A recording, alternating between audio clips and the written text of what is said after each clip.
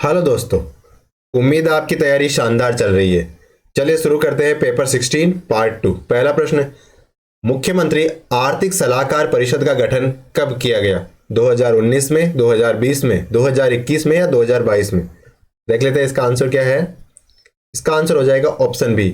मुख्यमंत्री आर्थिक सलाहकार परिषद का गठन कब किया गया? 2020 में किया गया। और ये तिथि कौन सी थी? तो ये 7 मार्च 2020 को 7 मार्च 2020 को मुख्यमंत्री आर्थिक सलाहकार परिषद का गठन किया गया है ना। मुख्यमंत्री आर्थिक सलाहकार परिषद का गठन कब किया गया? 7 मार्च 2020 को किया गया। इसके अध्यक्ष कौन होते हैं? तो इसके अध्यक्ष होते हैं अपने मुख्यमंत्री साहब, सीएम साहब। वर्तमान में मुख्यमंत्री श्री अशोक गहलोत साहब है ना, वो मुख्यमंत्री आर्थिक सलाहकार परिषद के अध्यक्ष हैं। इसके उपाध्यक्ष कौन है? तो इसके उपाध्यक्ष है अरविंद मायाराम। अरविंद मायाराम है ना, वो मुख्यमंत्री आर्थिक सलाहकार परिषद के उपाध्यक्ष हैं। ठीक है, मुख्यमंत्री आर्थिक सलाहकार परिषद के उपाध्यक्ष अरविंद मायाराम है। गठन इसका 2020 में हुआ, मार्च का महीना और 7 तारीख थी। अगले प्रश्न में चलते हैं। धन विधेयक को विधानसभा में रखने से पहले किसकी पूर्व सहमति की आवश्यकता होती है? यानी कोई विधेयक है, वो धन विधेयक है, उसको विधानसभा में रखना है तो किसकी सहमति पहले आवश्यक होगी? मुख्यमंत्री की, राज्यपाल की, विधानसभा अध्यक्ष की, वित्त मंत्री की? तो इसका आंसर क्या हो जाएगा? इसका आंसर हो जाएगा ऑप्शन बी, राज्यपाल। यानी कोई धन विधेयक को अगर विधानसभा के समक्ष रखना है तो पहले राज्यपाल से पूर्व अनुमति लेनी पड़ेगी और उसके बाद विधानसभा के समक्ष रखा जा सकता है। तो इसका आंसर क्या हो जाएगा? ऑप्शन बी हो जाएगा। अगले प्रश्न में चलते हैं। विधानसभा की सदस्यता की योग्यता से संबंधित अनुच्छेद कौन सा है? यानी विधानसभा है, उसकी सदस्यता की योग्यता से संबंधित जो अनुच्छेद है वो कौन सा है? 175, 185, 195 या 173? तो इसका आंसर हो जाएगा ऑप्शन डी। यानी विधानसभा सदस्यों की योग्यता के संबंध में जो प्रावधान है वो किस में दे रखे हैं? वो दे रखे हैं 173 में। आर्टिकल, संविधान का जो अनुच्छेद 173 है ना, उसमें विधानसभा के सदस्यों की योग्यता से संबंधित प्रावधान दे रखे हैं। अगले प्रश्न में चलते हैं। मीरबख्श, काशीराम और रामलखन कौन कौन? एक का नाम है मीरबख्श, एक का नाम काशीराम, एक का नाम है रामलखन। ये किस शैली के चित्रकार हैं? मारवाड़ शैली के हैं, अलवर शैली के हैं, जयपुर शैली या उनियारा शैली? तो इसका आंसर क्या हो जाएगा? इसका आंसर हो जाएगा ऑप्शन डी। यानी मीरबख्श, काशीराम और रामलखन किस शैली के चित्रकार है? ये उनियारा शैली के चित्रकार है। किसके? उनियारा शैली के। नाम याद रखना है हमें। एक तो मीरबख्श हो गया, एक हो गया काशीराम जी और तीसरे रामलखन जी। ठीक है, तो मीर काशीराम। अगले प्रश्न में चलते हैं। राजपूताना शब्द का पहली बार प्रयोग किसने किया था? जो राजपूताना शब्द है इसका सबसे पहला प्रयोग किसने किया?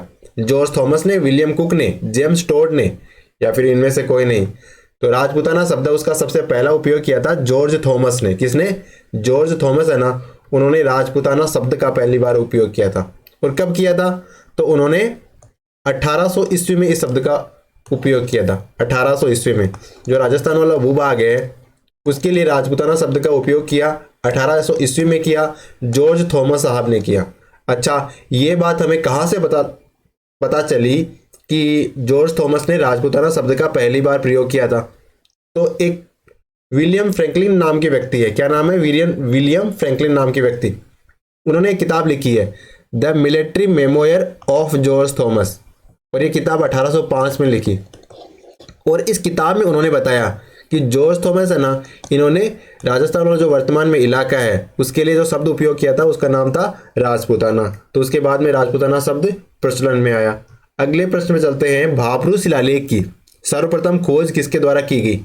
भाब्रू शिलालेख की खोज सबसे पहले किसके द्वारा की गई? James Prinsep, colonel Tod Jones या कैप्टन बर्ड? तो जो भाब्रू शिलालेख है उसकी सबसे पहले खोज किसके द्वारा की गई? तो ये की गई कैप्टन बर्ड के द्वारा। भाब्रू शिलालेख की सबसे पहले खोज की गई कैप्टन बर्ड साहब के द्वारा। जो बर्ड है ना, उन्होंने भाब्रू शिलालेख को खोजा था, है ना। सबसे पहले खोजा किसने था? कैप्टन बर्ड ने खोजा था। अब दूसरा सवाल ये है कि इन्होंने भाब्रू शिलालेख को खोजा कब? तो ये 1837 का साल था। कौन सा साल था? 1837 का साल था। बेराट भाब्रू आपको पता ही है कहाँ पे मिला था? बेराट में। और बेराट कहाँ पे? जयपुर में। अब ये शिलालेख तो मिल गया, शिलालेख को खोज लिया बर्ड साहब ने। अब इस शिलालेख को पढ़ने का काम किसने किया? तो तो जेम्स प्रिंसेप साहब है, जेम्स प्रिंसेप साहब, इन्होंने इस शिलालेख के ऊपर जो लिखा हुआ था ना उसको पढ़ने का सबसे पहला प्रयास किया। वर्तमान में ये शिलालेख कहाँ है, जो भाब्रू शिलालेख है वर्तमान में कहाँ रखा हुआ है, तो कलकत्ता संग्रहालय है ना वहाँ पे भाब्रू शिलालेख को रखा हुआ वर्तमान में। तो इस प्रश्न क्या है हमारे पास में, भाब्रू शिलालेख की सर्वप्रथम खोज किसके द्वारा की गई, तो कैप्टन बर्ड साहब के द्वारा की गई। दूसरा प्रश्न कब की गई, 1837 में की गई। और वर्तमान में ये शिलालेख कहाँ पर है, तो वर्तमान में ये शिलालेख है वो कोलकाता संग्रहालय में रखा हुआ है। अगले प्रश्न में चलते हैं। आदिवराह और प्रभास जैसी उपाधियां किस प्रतिहार राजा ने धारण की थी, तो मिहिर भोज ने, नागभट्ट ने, भोगभट्ट ने या दया ने। तो इसका आंसर क्या हो जाएगा, इसका आंसर हो जाएगा ऑप्शन ए। क्या हो जाएगा, ऑप्शन ए मिहिर भोज। मिहिर भोज ने आदिवराह और प्रभास जैसी उपाधियां धारण की थी। कौन कौन सी उपाधियां ली, एक तो आदिवराह की उपाधि ली, एक प्रभास की उपाधि ली, और ये मिहिर भोज साहब ने ली थी। ये गुर्जर प्रतिहार वंश से संबंधित है और इनका शासनकाल कब से कब तक रहा, 836 से लेके 885 के मध्य इनका शासनकाल रहा, यानी काफी लंबा इनका शासनकाल रहा। अच्छा, इनको आदिवरा उपाधि इन्होंने धारण की थी, तो इन्होंने इनका एक लेख है ग्वालियर अभिलेख, उसके अंदर ये लिखा हुआ है कि मिहिर भोज ने ना आदिवरा की उपाधि धारण की थी। वही प्रभास नाम की उपाधि का पता कैसे चलता है, जो दौलतपुर लेख है, दौलतपुर लेख से पता चलता है कि इन्होंने प्रभास नाम की उपाधि धारण की थी। अच्छा, इन्होंने कुछ पुस्तकें भी लिखी, कौन कौन सी, एक का नाम है श्रृंगार प्रकाश, श्रृंगार प्रकाश, क्या नाम है, श्रृंगार प्रकाश नाम की किताब है, उसको इन्होंने लिखा। एक युक्ति लिखा, युक्ति कल्पतरु, ये किताब लिखी। एक राज मृगांक करके किताब लिखी है ना, तो श्रृंगार प्रकाश, युक्ति कल्पतरु और राज मृगांक, ये पुस्तकें किसकी लिखी हुई है, ये मिहिर भोज की लिखी हुई है। किसकी लिखी हुई है, मिहिर भोज की लिखी हुई है। मिहिर भोज गुर्जर प्रतिहार वंश से संबंधित थे और 836 से लेकर 885 तक इनका शासनकाल रहा, यानी काफी लंबा इनका शासनकाल रहा, लगभग 49 ईयर का। अगले प्रश्न में चलते हैं।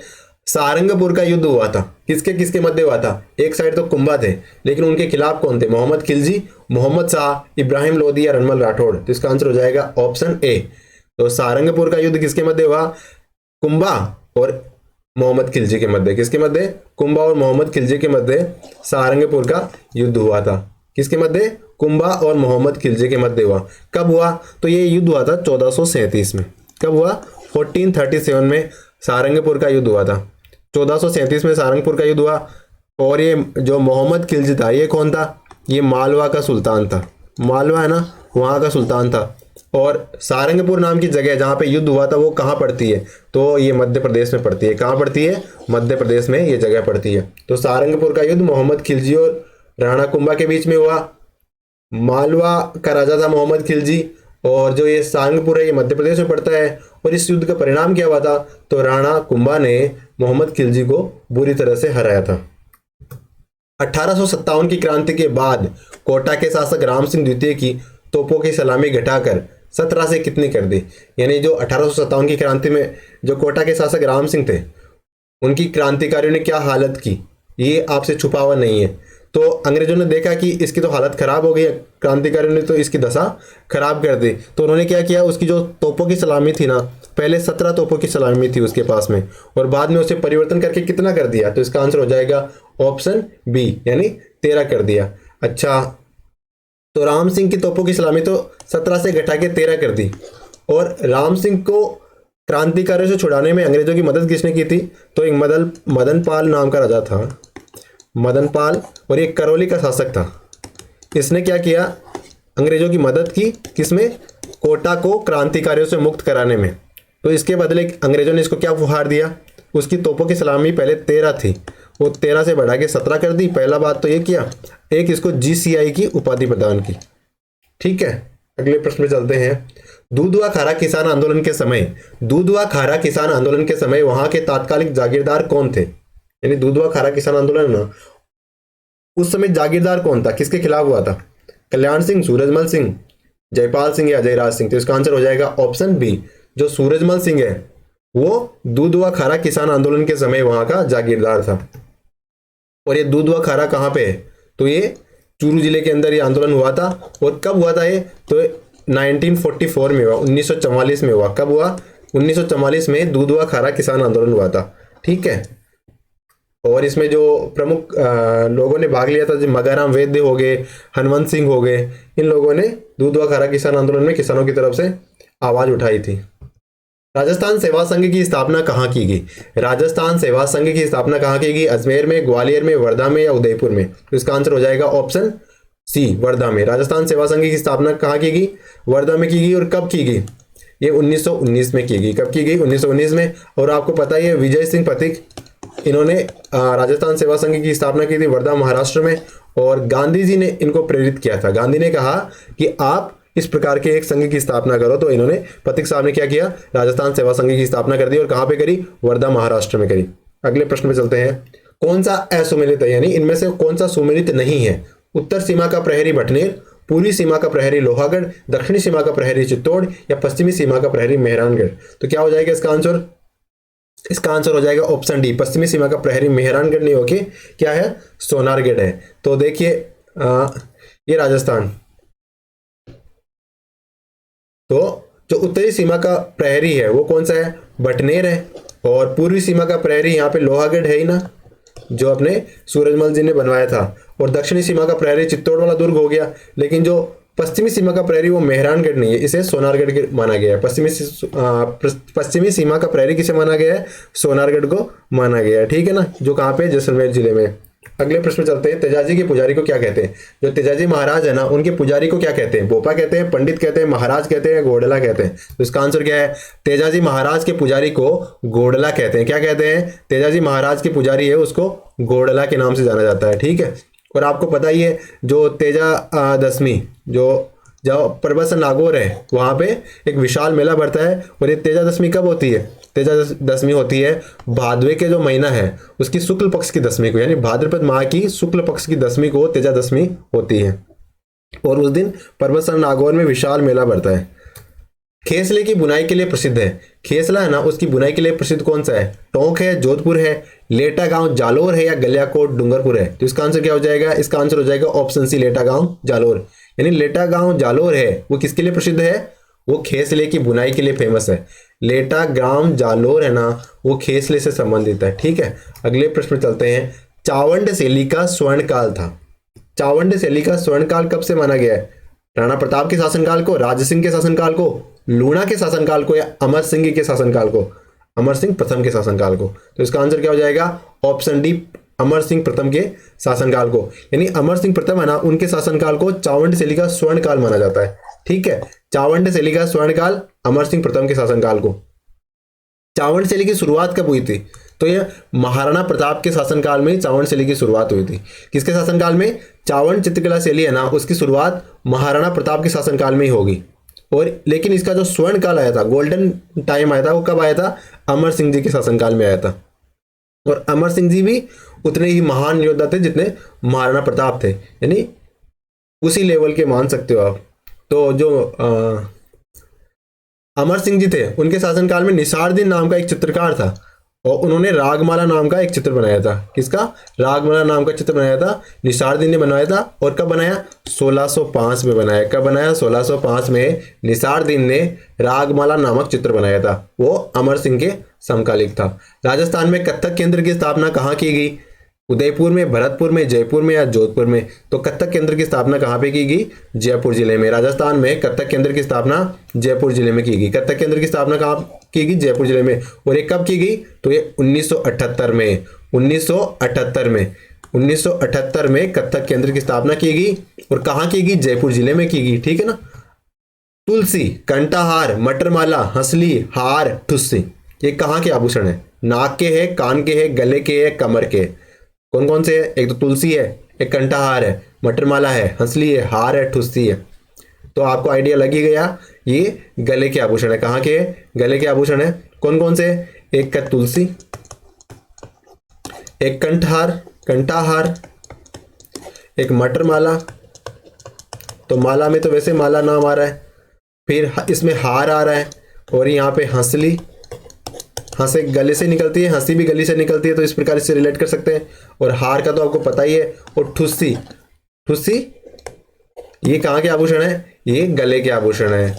अगले प्रश्न में चलते हैं। जयपुर स्थित जय महल, जल महल जयपुर में जल महल है, ठीक है, ये कौन सी झील में बना हुआ है? फतेह सागर, मानसागर, सांबर या कोलायत? तो इसका आंसर क्या हो जाएगा? जयपुर में जो जल महल बना हुआ है ना, वो मानसागर झील में बना हुआ है। किसमें? मानसागर झील में बना हुआ है। कौन सा? जल महल। मानसागर झील में बना हुआ है जल महल। और जो जल महल मानसागर झील है, इस झील का निर्माण कैसे हुआ? गर्भावती नदी है ना, उसका पानी रोका गया और ये मानसागर झील का निर्माण किया गया। तो गर्भावती नदी बहती है, उसका पानी रोका गया और मानसागर झील बनाएगी, और इस झील में फिर क्या बनाया गया? जल महल बनाया गया। राजस्थान लघु उद्योग विकास निगम, जिसे शॉर्ट में हम राजसिको कहते हैं, इसकी स्थापना कब हुई थी? 1950 में, 51 में, 61 में या 71 में? तो इसका आंसर क्या हो जाएगा? राजसिको की स्थापना कब हुई? 1961 में हुई। कई बार शॉर्ट फॉर्म ना देखे पूरा नाम लिख देते हैं और आपने पूरे नाम की तरफ गौर नहीं किया तो फिर आप कंफ्यूज हो जाओगे। तो यहाँ पे ध्यान रखना है, राजस्थान लघु उद्योग विकास निगम, ये पूरा नाम है राजसिको का, और इसकी स्थापना कब हुई थी? 1961 में हुई थी। कब हुई?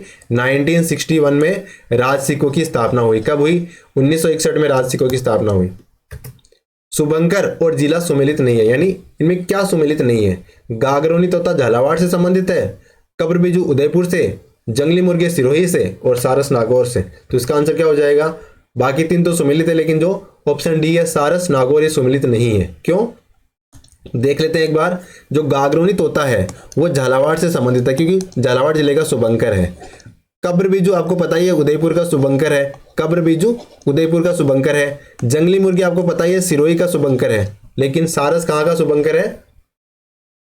भरतपुर का। सारस कहाँ का शुभंकर है? भरतपुर का शुभंकर है सारस।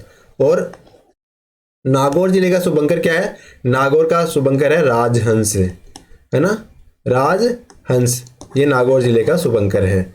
अगले प्रश्न में चलते हैं। गजनेर झील राजस्थान के किस जिले में स्थित है? जो गजनेर झील है ना, वो राजस्थान के कौन से जिले में है? सिरोही में, अजमेर में, बीकानेर या जयपुर? तो इसका आंसर हो जाएगा ऑप्शन सी, बीकानेर में। गजनेर झील कहाँ पे है? गजनेर झील है बीकानेर जिले में है। तो इसका आंसर ऑप्शन सी हो जाएगा। जाफराबादी, भदावरी, सूरती और मुर्रा, ये कौन सी पशु की नस्लें हैं? गाय की, भैंस की, बकरी की या भेड़ की? तो इसका आंसर हो जाएगा जाफराबादी, भदावरी, सूरती और मुर्रा, ये किस पशु की नस्लें हैं? ये भैंस की नस्लें हैं। किसकी नस्लें हैं? भैंस पशु की नस्लें हैं। जाफराबादी, भदावरी, सूरती और मुर्रा, है ना, याद रह जाएगा ना, ये भैंस की नस्लें हैं। अगले प्रश्न चलते हैं। राज्य के कितने जिलों की सीमा दो राज्यों से मिलती है? यानी राजस्थान के ऐसे कितने जिले हैं जिनकी सीमा दो राज्यों से मिलती है? दो राज्यों से, 2, 3, 4 या 5? तो इसका आंसर हो जाएगा ऑप्शन सी, यानी राजस्थान के 4 ऐसे जिले हैं। कितने जिले हैं? राजस्थान के 4 ऐसे जिले हैं जिनकी सीमा दो राज्यों से मिलती है। तो कौन कौन से जिले हैं वो? तो देखो, एक तो अपना बांसवाड़ा हो गया। बांसवाड़ा की सीमा आपको पता ही है, किससे किससे लगती है? एक तो लगती है गुजरात से, ठीक है, और एक मध्य प्रदेश से लगती है। तो बांसवाड़ा की गुजरात मध्य प्रदेश से हो गई। फिर एक हो गया धौलपुर। धौलपुर की सीमा आपको पता है उत्तर प्रदेश से लगती है और मध्य प्रदेश से लगती है, ठीक है। फिर हो गया एक अपना भरतपुर। भरतपुर की सीमा एक तो हरियाणा से लगती है और एक उत्तर प्रदेश से लगती है। और फिर हो गया अपना एक हनुमानगढ़। हनुमानगढ़ की सीमा एक तो पंजाब से लगती है और दूसरा हरियाणा से लगती है। इस प्रकार राजस्थान के ऐसे 4 जिले हैं जिनकी सीमा दो राज्यों से लगती है, ठीक है। अगले प्रश्न में चलते हैं। राज्यपाल के कार्यकाल संबंधी प्रावधान संविधान के किस अनुच्छेद में? यानी राज्यपाल का जो कार्यकाल कितना होगा, 5 साल का होगा ना, उस संबंध में प्रावधान संविधान के कौन से अनुच्छेद में? 153 में, 154 में, 155 में, 156 में? तो इसका आंसर है ऑप्शन डी, 156 में। आर्टिकल 156 है ना, उसमें राज्यपाल के कार्यकाल संबंधी प्रावधान दे रखे हैं। किसमें? 156 में कार्यकाल संबंधी प्रावधान दे रखे हैं। अच्छा, संविधान का जो आर्टिकल 163 है वो भी बहुत महत्वपूर्ण आर्टिकल है। उसमें क्या लिख रखा है कि राज्यपाल की सहायता और सलाह देने के लिए मंत्री परिषद होगी और इस मंत्री परिषद का जो मुखिया होगा वो कौन होगा? मुख्यमंत्री होगा। तो मुख्यमंत्री पद का प्रावधान किसमें किया गया है? वो 163 में किया गया है। और किस तरीके से कहा गया है? उसमें कहा गया है कि राज्यपाल को सलाह देने के लिए एक मंत्री परिषद होगी, है ना। राज्यपाल को सलाह देने के लिए एक मंत्री परिषद होगी और जिसका प्रमुख कौन होगा? मुख्यमंत्री होगा। कहने को तो राज्यपाल को सलाह देने के लिए मंत्री परिषद होती है, लेकिन वास्तव में राज्यपाल को मुख्यमंत्री की सारी सलाह माननी पड़ती है। तो इस प्रकार से आप समझ सकते हो कि ज्यादा पावरफुल कौन है। राजस्थान के संदर्भ में पंचायत समिति के अध्यक्ष का चुनाव कैसे होता है?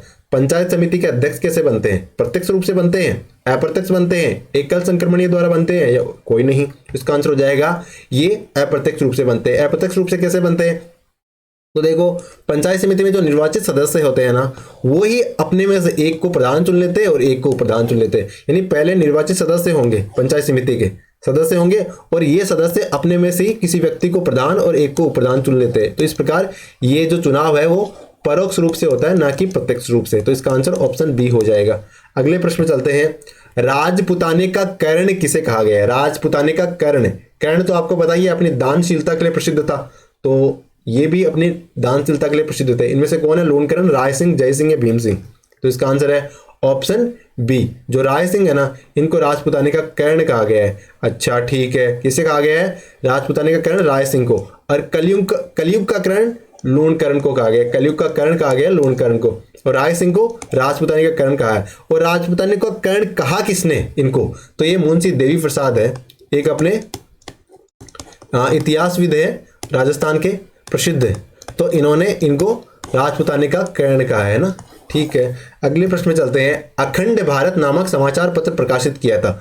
अखंड भारत नाम का एक समाचार पत्र है, वो किन्होंने प्रकाशित किया? जयनारायण व्यास साहब ने, भोगीलाल पांड्या साहब ने, हीरालाल शास्त्री ने, या गोपाल कृष्ण व्यास साहब ने? तो इसका आंसर हो जाएगा ऑप्शन ए, अखंड भारत। क्या नाम है? अखंड भारत नाम का जो समाचार पत्र है वो अपने जयनारायण व्यास साहब ने प्रकाशित किया था। ठीक है ना, किसने प्रकाशित किया? जय नारायण व्यास साहब ने अखंड भारत नामक समाचार पत्र प्रकाशित किया था। ठीक है, और इसको प्रकाशन कब शुरू हुआ? तो इसका प्रकाशन 1936 में शुरू हुआ, 1936 में शुरू हुआ। और कहां से शुरू हुआ? तो ये मुंबई से शुरू हुआ। कहां से? मुंबई से शुरू हुआ था। अखंड भारत जयनारायण व्यास से संबंधित है, 1936 में शुरू किया और मुंबई में शुरू किया। ठीक है, 1941 में जागीर माफी आंदोलन किसके द्वारा चलाया गया? यानी 1941 में एक जागीर माफी आंदोलन चलाया गया था। ये कौन से प्रजामंडल से संबंधित था? भरतपुर, शाहपुरा, अलवर या बीकानेर? तो इसका आंसर हो जाएगा ऑप्शन सी। जो अलवर प्रजामंडल है ना, वो जागीर माफी आंदोलन से संबंधित है। कौन सा? अलवर प्रजामंडल जागीर माफी आंदोलन से संबंधित है। ठीक है, अब देखो अलवर प्रजामंडल की स्थापना कब हुई थी? तो 1938 में अलवर प्रजामंडल की स्थापना हुई। और अलवर प्रजामंडल की स्थापना करी किसने? तो एक तो अपने हरिनारायण जी शर्मा थे, हरिनारायण जी शर्मा। ठीक है, एक अपने कुंज बिहारी जी मोदी थे, कुंज बिहारी जी मोदी साहब। तो इन्होंने अलवर प्रजामंडल की स्थापना करी, और कब करी? 1938 में करी। और इसी अलवर प्रजामंडल ने 1941 में जागीर माफी आंदोलन चलाया था। ठीक है, अगले प्रश्न चलते हैं। अजमेर मेरवाड़ा का राजस्थान संघ में विलय किस चरण में हुआ था? चौथे, पांचवें, छठे या सातवें? तो आपको पता है अजमेर मेरवाड़ा का राजस्थान संघ में विलय अंतिम चरण में हुआ था। और अंतिम चरण कौन सा है? अंतिम चरण है सातवां चरण। तो अजमेर मेरवाड़ा का राजस्थान संघ में विलय सातवें चरण में हुआ। और ये कब हुआ था? तो ये चरण 1 नवंबर 1956 को हुआ था। और इस मतलब 1956 से, वैसे तो अगर यूं कहीं राजस्थान के पहले राज्यपाल है ना, उनकी नियुक्ति 25 अक्टूबर को ही मानी गई है आरपीएससी के द्वारा। लेकिन जो राजस्थान संघ के विलय का सातवां चरण है, वो राज्यपाल जो पहले राज प्रमुख होते थे, अब वो राज्यपाल के रूप से जाने लगे थे ना।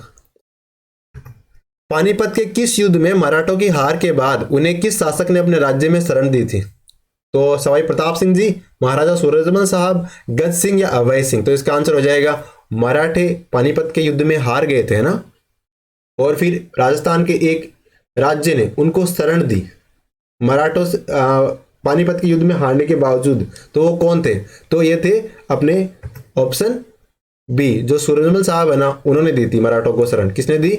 सूरजमल साहब ने। इनको जाटों का प्लेटो भी कहते हैं। और इन्होंने, महाराजा सूरजमल है ना, इन्होंने लोहागढ़ दुर्ग का निर्माण करवाया था 1733 में। कब करवाया? 1733 में करवाया। कब करवाया? 1733 में लोहागढ़ दुर्ग का निर्माण करवाया। और सूरजमल साहब ने क्या किया था? इन्होंने जो पानीपत के युद्ध में मराठे हार गए थे, और लेकिन उन हारे हुए मराठाओं को शरण दी थी इन्होंने, सूरजमल साहब ने। और वर्तमान में जैसे कुछ वो चल रही है, कंट्रोवर्सी चल रही है, उसमें कुछ भांड वो होते हैं ना सीरियल वाले, उन्होंने इनको नेगेटिव पक्ष रूप में दिखाया है। तो ये बड़ी विडंबना, इसका जो विरोध कर ही रहे हैं करने वाले, तो बहुत अच्छा हो रहा है। तारागढ़ को राजस्थान का जिब्राल्टर किसने कहा? कर्नल टोड, अबुल फजल, फर्ग्यूसन और बिशप हेबर। तो इसका आंसर है तारागढ़ को राजस्थान का जिब्राल्टर किसने कहा है? तो जो बिशप हेबर है ना, उन्होंने तारागढ़ को राजस्थान का जिब्राल्टर कहा है। किसने? बिशप हेबर ने तारागढ़ को राजस्थान का जिब्राल्टर कहा है। किसने कहा है? बिशप हेबर ने तारागढ़ को राजस्थान का जिब्राल्टर कहा है। ठीक है, तो इसका आंसर हो जाएगा ऑप्शन डी। और तारागढ़ के बारे में आपको पता ही है कि तारागढ़ कहाँ पे है, तो ये अजमेर में है और इसका निर्माण गठ बीठली नामक पहाड़ी है। एक कौन सी पहाड़ी है? गठ बीठली। गठ बीठली नाम की पहाड़ी है और उसके ऊपर करवाया गया है और अजय राज चौहान के द्वारा करवाया गया। किसके द्वारा? अजय राज चौहान के द्वारा करवाया गया था। ठीक है, और 12वीं सदी में करवाया। एक थंबा महल कहाँ पे है? जयपुर में है, जोधपुर में है, अलवर में है, कोटा में है। तो इसका आंसर क्या हो जाएगा? इसका आंसर हो जाएगा ऑप्शन बी, जोधपुर में। एक थंबा महल कहाँ पे है? ये है जोधपुर में। एक थंबा महल कहाँ पर है? तो ये जोधपुर में। एक थंबा महल कहाँ पे है? जोधपुर में है। और एक थंबा महल किसके शासनकाल में बनाया गया था? तो ये अपने जो अजीत सिंह जी है ना, उनके शासनकाल में एक थंबा महल बनाया गया था। महाराजा अजीत सिंह के शासनकाल में ये एक थंबा महल बनवाया गया था, है ना। और है कहाँ पे? तो ये अपने जोधपुर में है। मौनी अमावस्या मनाई जाती है। जो मौनी अमावस्या है ना, वो कब मनाई जाती है? चैत की अमावस को, बैसाख की अमावस को, फागण की अमावस की और माघ की अमावस को। तो आंसर हो जाएगा इसका ऑप्शन डी। जो माह महीना है ना, माघ महीना जिसे कहते हैं, उस महीने की जो अमावस्या आती है, उस तिथि को मौनी अमावस्या मनाई जाती है राजस्थान में। माघ की मावस को अमावस्या कहते हैं, मावस कहते हैं हम जो राजस्थान की लोकल लैंग्वेज में। तो मौनी अमावस्या माघ की मावस को मनाई जाती है। गरदड़ा परियोजना किस जिले में संचालित है? गरदड़ा परियोजना किस जिले में है? भीलवाड़ा में, अजमेर में, अलवर में या बूंदी में? तो इसका आंसर हो जाएगा ऑप्शन डी, बूंदी जिले में गरदड़ा परियोजना संचालित है। किस जिले में संचालित है? बूंदी जिले में। किस जिले में? बूंदी जिले में, गरदड़ा, बूंदी। तो इसको ऐसे याद रखो, गरदड़ा, और इसके साथ में याद कर लो बूंदी। तो आप इस पूरे नाम को एक साथ बोलोगे तो आपको सीधा कनेक्ट हो जाएगा, गरदड़ा बूंदी, गरदड़ा बूंदी। अगले प्रश्न में चलते हैं। किस जनगणना में राजस्थान में सर्वाधिक जनसंख्या वृद्धि दर्ज की गई? कौन सी जनगणना है जिसमें राजस्थान में सर्वाधिक जनसंख्या वृद्धि का प्रतिशत दर्ज किया गया? 1971, 81, 91, 2001। तो इसका आंसर हो जाएगा ऑप्शन बी, 1981, यानी 1981 की जो जनगणना थी ना, 1981 की जनगणना, उसमें सबसे ज्यादा जनसंख्या वृद्धि दर्ज की गई। कितनी? 32.97%। यानी 1971 की जनसंख्या में अगर हम 100 थे ना, तो 1981 की जनगणना में हम 132.97 हो गए, यानी 133 हो गए। 100 के ऊपर 10 साल में 33 बंदे बढ़ गए लगभग। और जो हमारी 2011 की जनगणना है, इसके अनुसार हम कितने बढ़े हैं? 21.3% बढ़े हैं, यानी हर 100 पे 21.3 व्यक्ति बढ़ गए हैं 10 सालों में। अगले प्रश्न में चलते हैं। निम्न में से असुमेलित है? Mangalam cement Kota, Chetak cement Chittorgarh, Lafarge cement Nimbahera या अल्ट्राटेक सीमेंट अलवर। तो इसका आंसर हो जाएगा क्या? ऑप्शन डी, जो अल्ट्राटेक सीमेंट है ना, वो सीकर में नहीं है, बाकी सही सुमेलित है। तो देखो, हमें पता है मंगलम सीमेंट का कारखाना कोटा में है, बिल्कुल है। चेतक सीमेंट का कारखाना चित्तौड़ में है, ठीक है। लाफार्ज सीमेंट निम्बाहेड़ा में, और निम्बाहेड़ा कहाँ पे है? ये भी चित्तौड़ में ही पड़ता है। निम्बाहेड़ा कहाँ पे पड़ता है? निम्बाहेड़ा जो चित्तौड़ में एक तहसील है, उसका नाम है निम्बाहेड़ा, ठीक है। निम्बाहेड़ा कह सकते हैं, निम्बाहेड़ा कह सकते हैं। और अल्ट्राटेक सीमेंट कहाँ पे है? अल्ट्राटेक सीमेंट सीकर में ना होकर ये कोटपुतली में है। और कोटपुतली पता है आपको कहाँ पड़ता है? ये जयपुर में पड़ता है। कहाँ पे? जयपुर जिले में पड़ता है। अगले प्रश्न में चलते हैं। विधानसभा सदस्यों का कार्यकाल कितना होता है? 4 वर्ष होता है, 5 वर्ष होता है, 6 वर्ष होता है, 7 वर्ष होता है? तो इसका आंसर क्या हो जाएगा? आप सबको पता ही है विधानसभा सदस्यों का कार्यकाल कितना होता है। ये 5 साल का कार्यकाल होता है इनका। कितना? 5 साल का कार्यकाल होता है। विधानसभा सदस्यों का कार्यकाल कितना होता है? तो ये 5 साल होता है। कितना होता है? 5 साल होता है। और ये कार्यकाल संबंधी प्रावधान है ना, वो संविधान के अनुच्छेद 172 में दिए गए हैं। किसमें? आर्टिकल 172 में विधानसभा के सदस्यों के कार्यकाल संबंधी प्रावधान दिया गया है। अगला प्रश्न है। पंचायत चुनाव में महिलाओं सहित बाकी आरक्षण संबंधी प्रावधान किस अनुच्छेद में दिए गए हैं? 243, 243D, 243F या 243M? तो इसका आंसर क्या हो जाएगा? इसका आंसर हो जाएगा 243D। जो पंचायत चुनाव में आरक्षण की बात की गई ना, तो महिलाओं को आरक्षण दिया गया है ना, और बाकी SC ST को आरक्षण दिया गया है। तो ये प्रावधान, आरक्षण का प्रावधान है ना, किसमें, किस धारा में किया गया है? तो 243 डी है ना उसके अंदर आरक्षण का प्रावधान किया गया है, ठीक है ना। 243 डी से आपको याद रखना है, डी किससे संबंधित है, ये आरक्षण से संबंधित है, ठीक है। और ई किससे संबंधित है, पदावधि से संबंधित है, पंचायतों की पदावधि से संबंधित ई है, और डी आरक्षण से संबंधित है। केवलादेव घना पक्षी अभयारण्य को राजस्थान राष्ट्रीय उद्यान घोषित किया गया, कब किया गया, 1980, 85, 81 या 90। तो इसका आंसर क्या हो जाएगा, केवलादेव घना पक्षी अभयारण्य को राष्ट्रीय उद्यान कब घोषित किया गया, 1981 में, 1981 में किया गया था। कब, 1981 में। तो और 1985 में से यूनेस्को की वर्ल्ड हेरिटेज में शामिल किया गया, धरोहर में शामिल किया गया। और पक्षी अभयारण्य कब बनाया गया, 1956 में बनाया गया, यानी 56 में इसको पक्षी अभयारण्य बनाया गया, 81 में इसे राष्ट्रीय उद्यान बनाया गया, ठीक है। 56 में पक्षी अभयारण्य और 81 में राष्ट्रीय उद्यान। अगले प्रश्न में चलते हैं। राज्य का प्रथम सहकारी बैंक कहाँ स्थापित किया गया, डीग में, रेवाड़ी में, सेवर में, पलसाना में। तो इसका आंसर हो जाएगा जो डीग भरतपुर है ना, वहां पे राज्य का पहला सहकारी बैंक स्थापित किया गया था। देखो राज्य का पहला सहकारी बैंक कहाँ स्थापित किया गया, डीग में। और डीग का आपको पता है कहाँ पे, ये अपने भरतपुर जिले में। किस जिले में है, भरतपुर जिले में। और ये कब किया गया, तो ये 1904 में पहला सहकारी बैंक स्थापित किया गया था। अगले प्रश्न चलते हैं। चिरंजीवी दुर्घटना बीमा योजना के तहत बीमा कवर दिया जाता है कितना, 10 लाख, 15 लाख, 5 लाख या 20 लाख। तो इसका आंसर हो जाएगा चिरंजीवी दुर्घटना बीमा योजना के तहत जो बीमा कवर दिया जाता है ना, वो 5 लाख दिया जाता है। कितना, चिरंजीवी दुर्घटना बीमा का जो बीमा कवर है वो 5 लाख है। और चिरंजीवी योजना है ना, उसमें वैसे चिरंजीवी योजना में जो स्वास्थ्य बीमा है वो कितना कर दिया है, स्वास्थ्य बीमा को बढ़ा के 10 लाख कर दिया है। अगले प्रश्न चलते हैं। नेहरू यूथ ट्रांजिट हॉस्टल कहाँ स्थापित किया जाएगा, जयपुर, अजमेर, दिल्ली या सीकर। तो इसका आंसर है ऑप्शन सी, दिल्ली में। कहाँ पे, नेहरू यूथ ट्रांजिट सेंटर कहाँ स्थापित किया जाएगा, दिल्ली में। और दिल्ली में उदयपुर हाउस है, वहां पे स्थापित किया जाएगा Nehru youth transit hostel. Operation Asmita का संबंध किससे है, महिला अपराध में कमी, सामाजिक कुरीतियों में फंसे लोगों को उभारने के लिए, अपराधियों को पकड़ने के लिए, या आतंकवादियों द्वारा सांप्रदायिकता को फैलाने से रोकने के लिए। तो इसका आंसर क्या हो जाएगा, इसका आंसर हो जाएगा ऑपरेशन अस्मिता।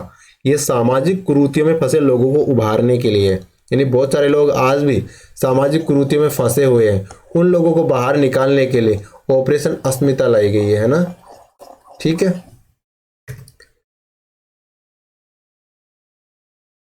ऑपरेशन अस्मिता, एक बार आप ऑपरेशन अस्मिता के बारे में थोड़ा सर्च भी कर लेना, ठीक है ना। और कुछ भी अगर डेवलपमेंट्स हो तो आप कमेंट बॉक्स में इसे लिख देना। अगले प्रश्न चलते हैं। राजस्थान में औसत जोत का आकार कितना है, 4.86 हेक्टेयर, 3.07 हेक्टेयर, 1.24 हेक्टेयर या 2.73 हेक्टेयर। तो राजस्थान में जोतों का जो औसत आकार है वो कितना है, वो है 2.73 हेक्टेयर। कितना है, 2.73 हेक्टेयर, 2.73 हेक्टेयर राजस्थान में जोतों का औसत आकार है। एवरेज आकार की बात कर रहे हैं तो कितना है, 2.73। अटल भूजल योजना के तहत केंद्र और राज्य का अनुपात कितना है, अटल भूजल योजना है ना, उसमें केंद्र राज्य का अनुपात कितना है, 60-40, 75-25, 90-10 और 50-50। तो इसका आंसर हो जाएगा ऑप्शन डी, 50-50। ज्यादातर राजस्थान की जो योजनाएं हैं केंद्र राज्य का अनुपात उसमें 60-40 का होता है, लेकिन अटल भूजल में कितना है, ये 50-50 है। कितना है, 50-50। कीटनाशक प्रशिक्षण प्रयोगशाला कहाँ स्थापित है, यानी कीटनाशकों की प्रशिक्षण प्रयोगशाला है ना, वो कहाँ स्थापित की गई, जयपुर में, कोटा में, जोधपुर और कोटा दोनों में, या जयपुर में। तो इसका आंसर हो जाएगा ऑप्शन सी, यानी जो जोधपुर और कोटा दो शहर है राजस्थान के, वहां पे कीटनाशक प्रशिक्षण प्रयोगशाला स्थापित की जाएगी या की गई है। कीटनाशक प्रशिक्षण प्रयोगशाला का संबंध किस जिले से है, ये जोधपुर से और कोटा जिले से, दोनों जगह से है।